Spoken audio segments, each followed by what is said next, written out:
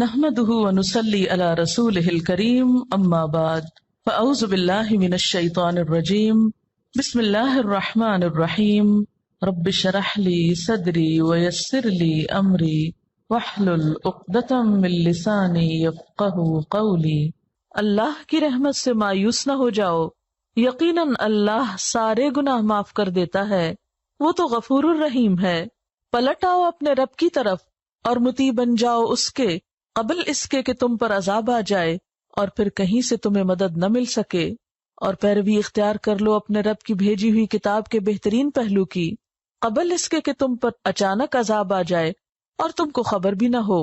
کہیں ایسا نہ ہو کہ بعد میں کوئی شخص کہے افسوس میری اس تقصیر پر جو میں اللہ کی جناب میں کرتا رہا، بلکہ میں تو الٹا مذاق اڑانے والوں میں شامل تھا۔ یا کہے کاش اللہ نے مجھے ہدایت بخشی ہوتی تو میں بھی متقی لوگوں میں سے ہوتا۔ یا عذاب دیکھ کر کہے کاش مجھے ایک موقع اور مل جائے اور میں بھی نیک عمل کرنے والوں میں شامل ہو جاؤں، اور اس وقت اسے یہ جواب ملے کہ کیوں نہیں، میری آیات تیرے پاس آ چکی تھیں، پھر تو نے انہیں جھٹلایا اور تکبر کیا اور تو کافروں میں سے تھا۔ آج جن لوگوں نے خدا پر جھوٹ باندھے ہیں، قیامت کے روز تم دیکھو گے کہ ان کے منہ کالے ہوں گے۔ کیا جہنم میں متکبروں کے لیے کافی جگہ نہیں ہے؟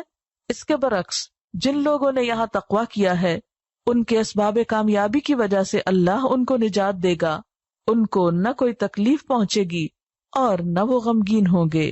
قل یا عبادی الذین اسرفوا علی انفسہم، کہہ دیجئے اے میرے بندو، وہ جو اسرفوا زیادتی کر چکے، علی انفسہم اپنے نفسوں پر، اپنی جانوں پر، جنہوں نے خود پہ ظلم کر لیا۔ اسراف کہتے ہیں گناہوں کی کثرت اور اس میں بہت آگے نکل جانا، یعنی بڑے بڑے گناہ کر بیٹھے۔ ان سے بھی کیا کہا جا رہا ہے؟ لا تقنطوا من رحمت اللہ، اللہ کی رحمت سے مایوس نہ ہو۔ یہ نہ سوچو کہ اب تو بس صرف ہلاکی ہوں گے، ہماری چھوٹ ہو نہیں سکتی کیونکہ ہم بہت گناہگار ہیں۔ اچھا، یہ جو جملہ ہے نا، ہم بہت گناہگار ہیں، یہ بھی دو طرح بولا جاتا ہے۔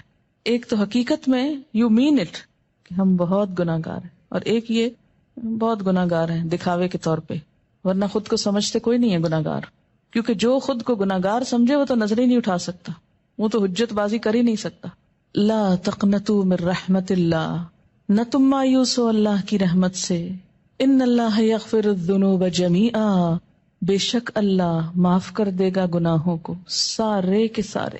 اس آیت میں یہ ہے نا کہ اللہ معاف کر نہیں سکتا، فرمایا نہیں کر سکتا ہے، کر دے گا، کرے گا۔ کیوں؟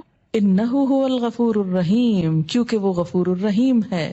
یہاں ہر شخص کو مایوسی سے نکالا جا رہا ہے، کتنا بھی بڑا کوئی گزشتہ زندگی میں گناہ یا جرم کیوں نہ ہو۔